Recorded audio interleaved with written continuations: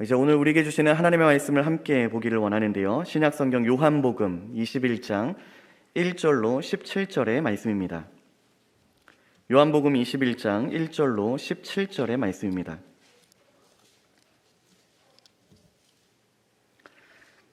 하나님의 말씀을 제가 봉독하도록 하겠습니다. 그 후에 예수께서 디베랴 호수에서 또 제자들에게 자기를 나타내셨으니 나타내신 일은 이러하니라. 시몬 베드로와 디두모라 하는 도마와 갈릴리 가나 사람 나다나엘과 세베대의 아들들과 또 다른 제자들이 함께 있더니 시몬 베드로가 나는 물고기 잡으러 가노라 하니 그들이 우리도 함께 가겠다 하고 나가서 배에 올랐으나 그날 밤에 아무것도 잡지 못하였더니 날이 새어갈 때에 예수께서 바닷가에 서셨으나 제자들이 예수인 줄 알지 못하는지라. 예수께서 이르시되 얘들아 너희에게 고기가 있느냐 대답하되 없나이다. 이르시되 그물을 배 오른편에 던지라. 그리하면 잡으리라 하시니 이에 던졌더니 물고기가 많아 그물을 들 수 없더라. 예수께서 사랑하시는 그 제자가 베드로에게 이르되 주님이시라 하니 시몬 베드로가 벗고 있다가 주님이라 하는 말을 듣고 겉옷을 두른 후에 바다로 뛰어내리더라. 다른 제자들은 육지에서 거리가 불과 한 50칸쯤 되므로 작은 배를 타고 물고기 든 그물을 끌고 와서 육지에 올라보니 숯불이 있는데 그 위에 생선이 놓였고 떡도 있더라.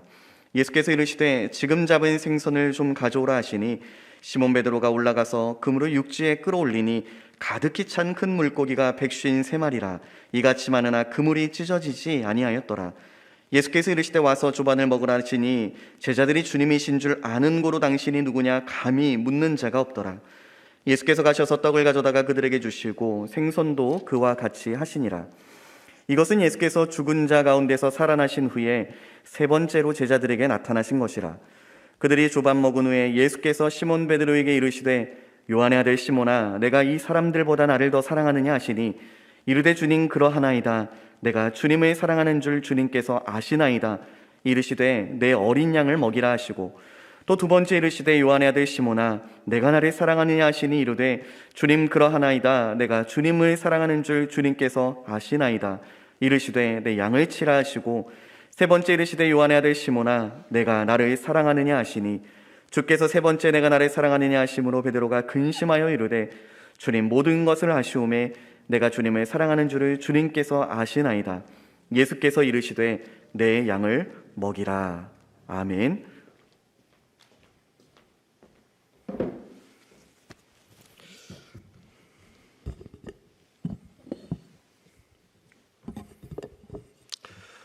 예, 여러분 반갑습니다. 연휴 동안 잘 지내셨습니까? 예, 대답이 별로 없으시네요. 연휴 동안 잘 지내셨죠?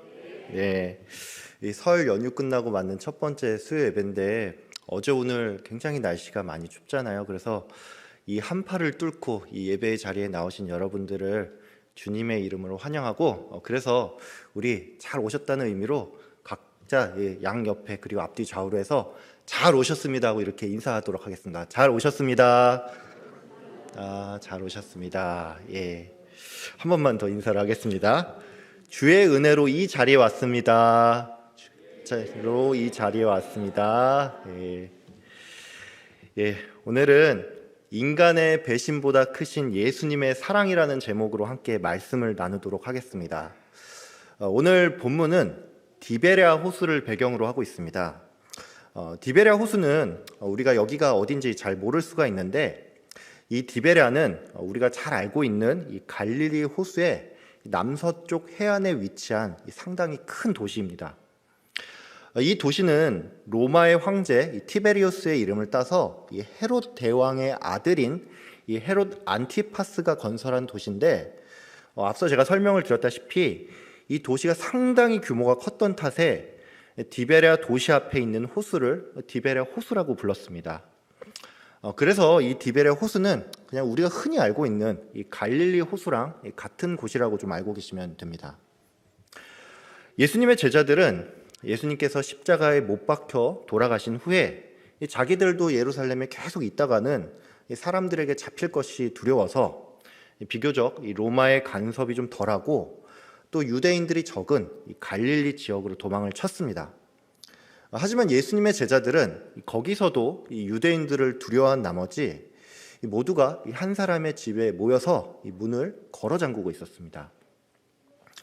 여러분도 잘 아시겠지만 예수님께서는 부활을 하신 후에 이 제자들뿐만이 아니라 이 자신을 따르던 여러 사람들 앞에서 굉장히 여러 모습으로 나타나셨는데, 특별히 오늘 본문인 요한복음은 예수님께서 이 3번 제자들에게 나타났다고 설명을 하고 있습니다.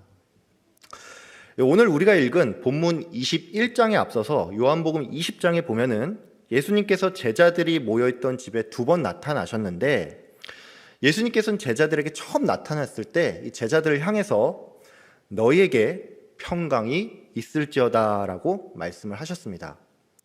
그리고는 성령을 받으라고 말씀하셨습니다. 예수님은 이후에 8일이 지나서 제자들이 모여있는 집에 다시 방문을 해서 역시나 똑같이 너희에게 평강이 있을지어다 라고 말씀을 하셨는데, 이때는 특별히 도마를 향해서 이 못자국 난 손과 이 옆구리를 보여주면서 이 도마의 의심을 해소해 주었고, 예수님께서는 도마를 향해서 믿음 없는 자가 되지 말고 믿는 자가 되라 라고 말씀을 하셨습니다. 오늘 본문 21장은 이제 그 이후의 장면이라고 할 수가 있습니다. 오늘 우리가 읽은 본문을 통해서 우리가 알 수 있는 것처럼 예수님의 이 2번의 방문 이후에 베드로는 다른 제자들을 향해서 나는 물고기를 잡으러 가겠어 이렇게 말하는 장면이 나옵니다. 많은 성경 독자들은 이제 이 부분을 보면서 이 베드로가 믿음을 잃어버려서 자포자기하는 심정으로 생업으로 돌아갔다고 이렇게 좀 생각을 하는 편입니다. 하지만 이런 해석은 결코 올바른 해석이 아닙니다. 앞서 설명드렸지만 예수님은 먼저 제자들을 2번 방문하면서 그들에게 부활의 능력을 보여주면서 평안할지어다 라고 말씀을 하셨습니다. 성경 기자는 이 장면을 들어서 제자들이 크게 기뻐하였다라고 설명하고 있습니다. 즉 이 말은 부활한 예수님을 만나고 나서 제자들이 이 자신을 짓누르고 있던 이 죽음의 공포에서 해방이 되었다는 것입니다. 오늘 본문 1절은 그 후에라는 말이 가장 먼저 나옵니다. 그러니까 베드로가 다른 제자들에게 난 물고기를 잡으러 갈 거야 라고 말한 이 발언은 이전에 예수님의 2번의 방문 사건과 무관한 것이 아닌 제자들이 이 예수님의 말을 듣고 난 그 이후의 변화라는 것입니다. 즉 베드로와 제자들이 다시 생업으로 돌아간 것은 그들이 부활한 예수를 만나서 그들을 짓눌렀던 두려움을 떨쳐냈기 때문에 가능한 일이라는 것입니다. 만약에 그들이 정말로 믿음을 잃은 상태였다면 그들은 여전히 두려운 마음에 집 밖을 나갈 수가 없었을 겁니다. 설령 많이 양보해서 그들이 정말 자포자기하는 심정으로 이 본인들의 사명을 잊어버렸다고 치더라도 문제는 그들이 이 물고기 잡는 일을 하기까지는 더 많은 시간이 필요하다는 것이죠. 유대인들의 관심이 좀 뜸해지고 이제 그들을 잡으려는 사람들이 사라질 때까지 그들은 남의 이목을 끌 필요가 없었습니다. 그렇기 때문에 이들이 이 예수의 방문 이후에 바로 물고기를 잡으러 갔다는 것은 그들이 믿음을 잃어서가 아니라 오히려 이 예수님의 말을 듣고 마음에 평안을 얻었기 때문에 가능한 일이라는 것입니다. 제자들은 자신의 생업으로 돌아가서 이 물고기를 잡으려고 밤새 호수에 그물을 던졌습니다. 근데 어찌된 일인지 그들은 밤이 새도록 한 마리의 물고기도 잡지 못했고 마침 그때 예수님께서 나타나서 물고기를 좀 잡았는지 그들에게 물어봤습니다. 제자들은 한 마리도 잡지 못했다고 말을 했고 예수님은 이 배의 오른편에 그물을 던지라고 얘기했습니다. 제자들은 이 말에 따라서 그물을 던졌고 곧 153마리나 되는 이 많은 물고기를 잡을 수가 있었습니다. 이 장면은 예수님이 이 제자들을 처음 만났을 때랑 매우 유사한 장면입니다. 그 때문인지 요한은 이 호숫가에 계신 분이 예수님인지를 곧 알아봤고 베드로는 이 배에서 뛰어내려서 이 바다에서 헤엄을 쳐서 예수님을 향해서 달려왔습니다. 예수님께서는 숯불에 구운 떡과 이 물고기를 제자들에게 주면서 함께 아침을 드시고 이 식사를 마친 후에 이 베드로를 향해서 요한의 아들 시몬아 하고 그의 이름을 불렀습니다. 여러분은 이 부분에서 뭔가 좀 이상한 점 못 느꼈습니까? 시몬이라는 이름은 베드로의 옛 이름입니다. 예수님께서는 베드로를 처음 만났던 순간을 제외하고는 베드로를 항상 게바, 즉 이 헬라식으로 하면 베드로라고 불렀습니다. 근데 왜 예수님께서는 이 순간에는 베드로가 아닌 이 요한의 아들 시몬아 하고 그를 부른 것인지 이게 조금 의아하다는 것이죠. 여기에는 아마도 두 가지 의도가 있었을 것으로 보입니다. 첫 번째 의도는 예수님께서 이 베드로의 수치심을 덜어주기를 바랬다는 것입니다. 우리가 다 아는 것처럼 베드로는 그 예수님이 잡히던 날 밤에 예수를 3번이나 모른다고 부인을 했던 사람입니다. 그렇기 때문에 그는 자기 이름의 뜻인 이 반석과 자기의 행동에서 오는 그 부조화 때문에 일종의 수치심을 느낄 수가 있었다는 것이죠. 그래서 예수님은 배려의 의도를 가지고 이렇게 말을 했다는 것입니다. 쉽게 말해서 예수를 모른다고 부인했던 그 사람은 예수를 만난 이후에 변화된 베드로가 아닌 예수를 만나기 전에 이 자연인으로서 시몬이라고 예수님께서 그렇게 말해주는 그런 느낌이라는 겁니다. 또한 예수님께서 그의 옛 이름을 부른 것은 베드로야, 우리 다시 한번 시작해보자. 뭐 이런 의미가 담겨 있다고 할 수가 있습니다. 오늘 예수님의 이 방문은 예수님께서 베드로를 처음 만났을 때와 상당히 비슷하다는 걸 알 수 있습니다. 밤새 그물을 던졌지만 이 물고기를 한 마리도 잡지 못한 장면이라든지 이 그물을 다시 던지라는 명령에 따라 이 많은 물고기가 잡힌 이적이 그렇다는 것이죠. 또한 예수님께서는 베드로를 처음 만났을 때 그를 향해서 요한의 아들 시몬아 하고 그를 불렀습니다. 베드로는 분명히 예수님의 이 말을 들었을 때 예수님을 처음 만났던 그때가 떠올랐을 겁니다. 그렇기 때문에 예수님의 이 같은 발언은 베드로야, 우리 처음 만났던 그때 생각나지? 우리 그때로 돌아가서 다시 한번 시작해보자. 뭐 이런 의도가 다분히 있다는 것입니다. 예수님은 베드로를 부른 이후에 곧장 네가 이 사람들보다 나를 더 사랑하느냐라고 질문했습니다. 여러분은 예수님의 질문이 뭐라고 생각을 하십니까? 참고로 성경학자들은 이 예수님의 질문이 크게 이 3가지로 해석이 될 수 있다고 봅니다. 여러분이 가지고 계신 성경에 보면 이 사람들이라는 단어가 나오죠. 근데 이 단어는 이 헬라어로 하면 투톤이라고 하는데 이 단어는 남성 복수형과 그리고 중성 복수형이 같은 형태입니다. 그래서 이 단어는 이 사람들 또는 이것들로도 해석을 할 수가 있습니다. 이런 이유로 이 본문은 크게 이 3가지로 해석이 가능합니다. 첫 번째는 이 사람들, 즉 다른 제자들이 나를 사랑하는 것보다 너는 나를 더 사랑하느냐 이렇게 해석을 할 수가 있고, 두 번째는 네가 이 사람들을 사랑하는 것보다 나를 더 사랑하느냐 이렇게 해석을 할 수가 있습니다. 마지막으로 3번째는 이것들보다, 즉 너의 생업을 위한 이 배와 그물들보다 나를 더 사랑하느냐 이렇게도 해석을 할 수가 있습니다. 여러분은 이 어떤 해석이 맞다고 생각을 하십니까? 저는 개인적으로 첫 번째 해석, 즉 이 사람들이 나를 사랑하는 것보다 네가 나를 더 사랑하느냐, 이게 가장 와닿습니다. 제가 왜 이렇게 생각을 하냐면 이 베드로가 이 예수님이 이 공생의 기간에 살아 계실 때 다른 제자들을 앞에 두고 이 사람들이 예수님을 다 배신할지라도 저는 배신하지 않을 겁니다, 뭐 이런 식의 발언을 했기 때문입니다. 그러니까 예수님의 이 질문은 베드로가 일전에 말했던 그 말을 염두에 두고 한 질문이라는 것이죠. 베드로는 예수님의 이 질문에 주님, 그렇습니다. 제가 당신을 사랑한다는 것을 주님은 알고 계십니다. 이렇게 대답을 했습니다. 우리는 이 부분을 보면서 이 베드로의 대답이 조금 염치 없다고 생각을 할 수가 있습니다. 왜냐하면 우리가 만약 이런 상황이라면 주님, 정말 면목이 없습니다. 제가 입이 10개라도 할 말이 없습니다. 뭐 이렇게 대답하는 게 맞을 것 같기 때문입니다. 하지만 베드로의 대답은 진실한 것이었습니다.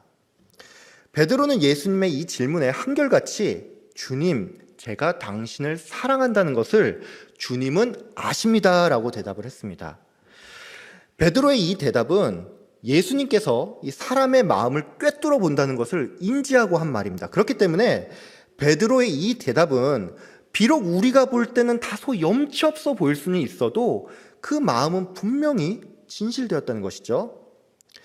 예수님은 베드로의 이 말을 듣고서는 베드로에게 내 양을 먹이라, 내 양을 치라, 내 양을 먹이라 이렇게 말씀을 하셨습니다. 오늘 본문은 이 동일한 질문과 이 동일한 대답이 3번 반복되어서 나오는데 이게 오늘 본문의 주된 내용이라고 할 수 있습니다. 우리는 오늘 이 본문을 보면서 한 가지 의문이 생길 수가 있습니다. 그것은 바로 왜 예수님께서는 이 동일한 질문을 3번이나 한 것인지 이게 조금 의문이라는 것입니다.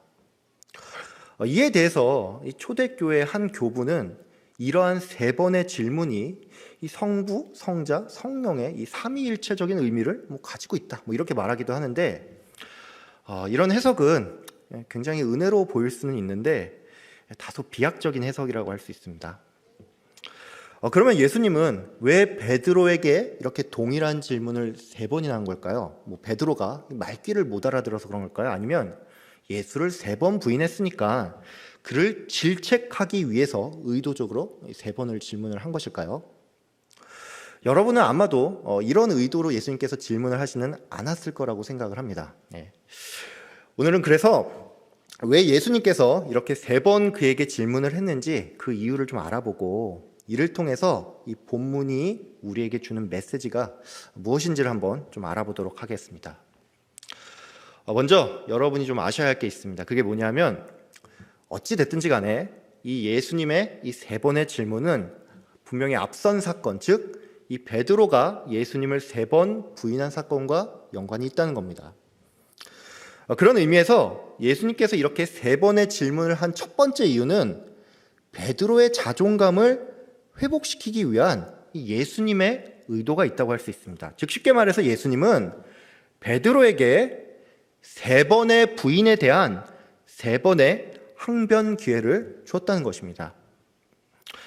여러분, 베드로는 예수님을 부인한 이후에 무엇이 그를 가장 괴롭혔다고 생각을 하십니까?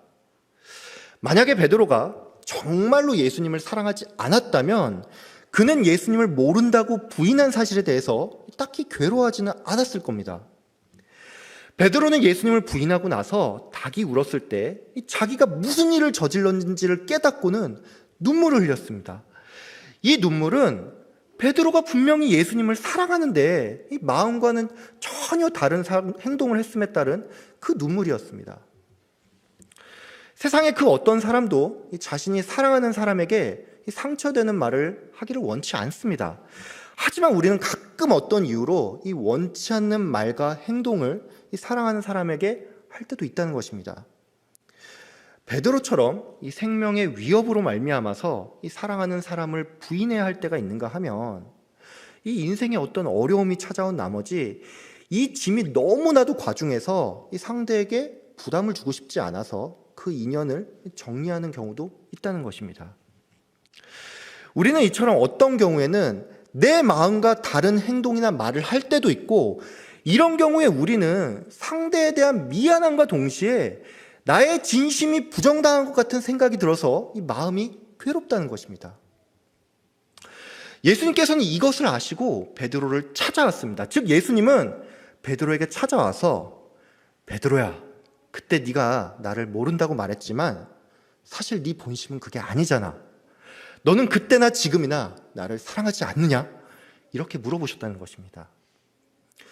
예수님은 이처럼 베드로에게 3번의 부인에 대한 이 3번의 항변의 기회를 준과 동시에 베드로의 진심이 그게 아니었다라는 것을 예수님께서 알아주셨다는 것입니다.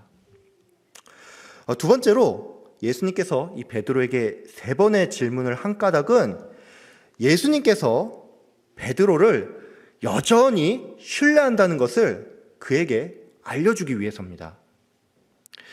예수님은 이 베드로의 대답을 들은 끝에 이 베드로에게 내 양을 먹이라 라는 말씀을 하셨습니다. 여러분은 예수님의 이 대답이 어떻게 느껴지십니까? 저는 솔직히 처음 이 본문을 읽었을 때 예수님의 이 대답은 뭔가 좀 갑작스럽다는 느낌이 들었습니다. 베드로가 예수님께 주님, 제가 당신을 사랑하는 것을 주님은 알고 계십니다 라고 말을 했다면 우리가 생각할 때 이에 맞는 자연스러운 대답은 그래, 나도 네 마음을 알고 있다. 이 정도가 자연스러울 거라고 생각을 할 수 있습니다. 근데 예수님은 이렇게 말하지 않고 갑자기 거두절미하고 내 양을 먹이라 이렇게 말하고 있다는 것이죠. 근데 여러분, 우리가 조금만 생각해 보면 알 수 있지만 예수님의 이 말은 결코 이상한 말이 아닙니다. 내 양을 먹이라는 말은 앞에 한 가지 전제가 있습니다. 그것은 바로 예수님께서 베드로를 신뢰하겠다는 것입니다. 우리는 믿을 수 없는 상대에게 나의 자산이나 나의 소유, 나의 가족을 맡길 수 없습니다. 근데 예수님은 베드로에게 다른 사람의 양이 아닌 바로 내 양을 먹이라고 말을 했다는 것이죠. 그러니까 이 말은 예수님께서는 베드로를 신뢰해서 자기의 소유를 그에게 맡기겠다는 것입니다. 즉 이것은 바꿔 말해서 예수님께서 베드로를 신뢰하겠다는 말을 내 양을 먹이라는 말로 대신했다는 것입니다. 베드로는 예수를 3번이나 배신했습니다. 베드로는 이 때문에 자신이 예수님으로부터 신뢰를 잃어버렸다는 생각 때문에 분명히 괴로웠을 겁니다. 예수님께서는 이걸 잘 아셨습니다. 그래서 예수님은 베드로에게 다가가서 내 양을 먹이라고 말을 했다는 것이죠. 그렇기 때문에 오늘 이 내 양을 먹이라는 말은 베드로야, 비록 네가 나를 3번이나 모른다고 했지만 나는 너를 여전히 신뢰하고 너를 믿기 때문에 내 양을 맡길 거야. 그러니까 내 양을 먹여. 이 말이라는 것입니다. 마지막으로 예수님이 이 베드로에게 이 3번의 질문을 던진 이유는 예수님과 이 제자의 관계가 부모 자식과 같은 이 사랑의 관계이고 그렇기 때문에 이 관계가 여전히 변화가 없음을 예수님께서는 이 베드로에게 확인시켜주고 싶었다는 것입니다. 예수님은 베드로에게 3번이나 네가 나를 사랑하느냐라고 물으셨습니다. 여러분, 예수님은 왜 이런 질문을 하셨을까요? 이것은 바로 예수님께서 먼저 베드로를 사랑했기 때문입니다. 우리는 우리가 관심이 없는 사람에게 당신은 나를 사랑합니까? 이렇게 질문하지 않습니다.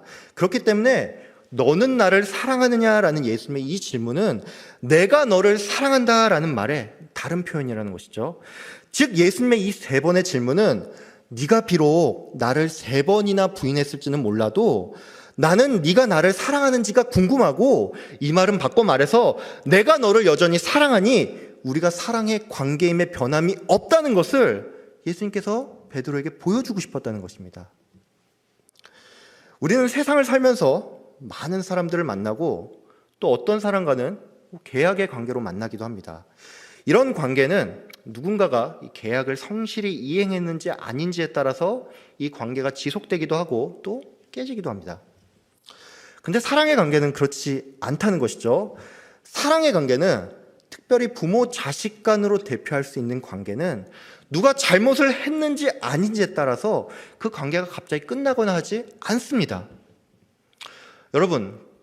여러분도 자신을 한번 돌아보십시오. 여기 계신 분들 중에는 이제 부모님들께서 이미 돌아가신 분들도 계실 텐데 우리가 부모님이 살아 계셨을 때 내가 어떻게 부모님께 행했는가를 생각을 해보면 그때 좀 더 잘해드릴 걸 이렇게 후회하는 순간도 많고 이 부모님께 참 잘못하면서 살았다는 또 그런 생각이 좀 들지 않습니까? 이건 반대 입장에서도 마찬가지입니다. 우리는 부모로 살면서 자식들에게 좋은 모습만 보여주지 못했고 어떤 날은 자녀들의 마음에 상처를 준다든지 무언가 큰 잘못을 하기도 했다는 것이죠. 하지만 우리는 그런 일이 있다고 해서 이 부모 자식 간의 인연을 끊지는 않습니다.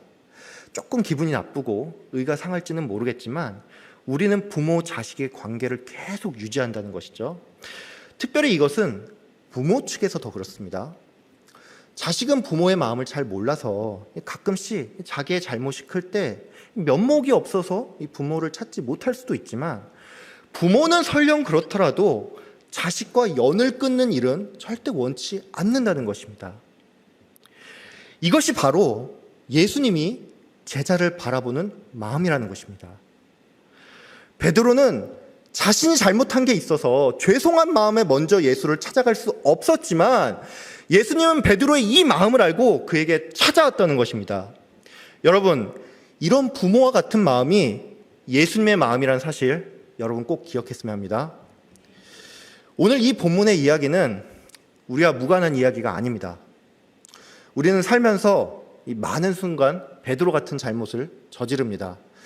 예수를 믿는다고는 하지만, 교회를 나온다고는 하지만 나의 한 주를 돌이켜보면 이 예수님과 무관하게 살았던 적이 얼마나 많은지 모르고 우리의 하루하루는 온통 내 욕심 하나 채우기에 바쁜 시간이었다는 것이죠. 즉 우리는 베드로처럼 우리의 삶에서 예수를 수도 없이 많이 부인하면서 살아왔다는 것입니다. 근데 그럼에도 불구하고 예수님께서는 우리를 포기하지 않으시고 우리에게 찾아오신다는 것입니다.